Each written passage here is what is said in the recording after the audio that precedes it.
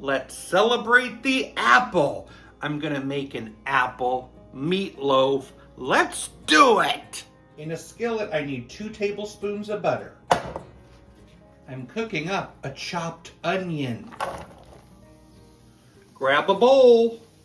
I need 2 pounds of beef. Add those onions. 1½ cups of breadcrumbs. Now you need 2 cups of chopped apple. That goes inside.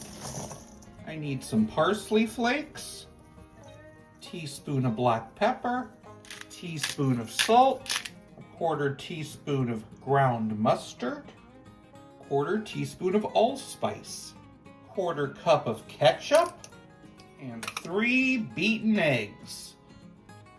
Time to get those hands dirty and mix it up.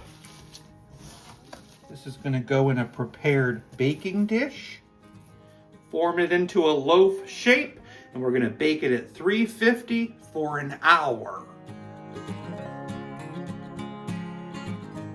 Apple meatloaf.